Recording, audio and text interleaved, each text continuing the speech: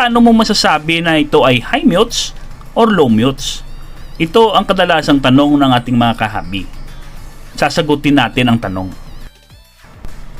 Kung ating babalikan sa panahon na mataas pa ang presyo ng mga parblo, kahit hindi pa ito opaline, ito ay tinatawag na high mutes.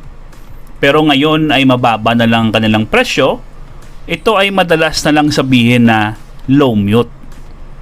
At mga high mutes ngayon ay mga pale fallow, bronze fallow, dun fallow, red factor, dilute, yellow face na pinagbangga sa mga opalines.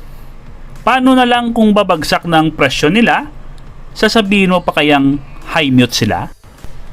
Wala pong such thing na low mute at high mutes. Lahat yan ay mutations. Napapanahon lang na mas mataas ang price nila sa market, kaya tinawag sila ng mga high mutes or mga high mutations. At ang mga low mute naman, ito ay ang mga budget price na nasa market ngayon, kaya ito tinawag ng mga low mute. Ito ay isa sa mga terminolohiya ng mag-iibon. Mga salitang naimbento lang ng isang mag-iibon. Ngayon naman mga kahabi, ano nga bang pinakamataas na kulay sa lahat ng mutations?